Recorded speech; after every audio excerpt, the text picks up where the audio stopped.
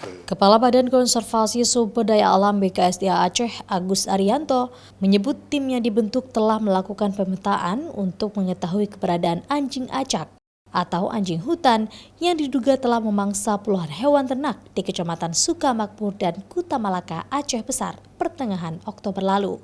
Menurut Agus, hewan liar dilindungi tersebut hidup membuat sarang di pegunungan berbatu dan gua-gua serta liang yang tersedia.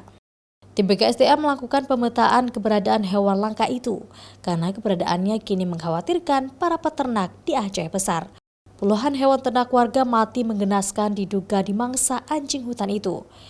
Sementara selain melakukan patroli, BKSDA juga akan memasang kamera trap atau kamera jebakan di kawasan lintasan hewan yang mirip serigala itu. Diperkirakan di situ terdapat dari wilayah jelajah dari Ajak, kita coba memasang alat bantu berupa kamera trap ya. Nah ini juga membantu kita dalam rangka pemetaan atau menganalisis dari Ajak itu sendiri. Sehingga nantinya kalau kita sudah dapat informasi yang lengkap, kemudian ini juga akan menjadi bahan untuk mitigasi.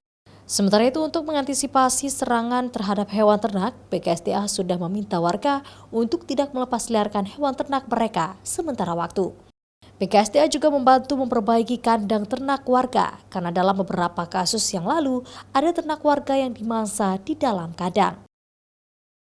Mustajab, Kompas TV, Aceh Besar.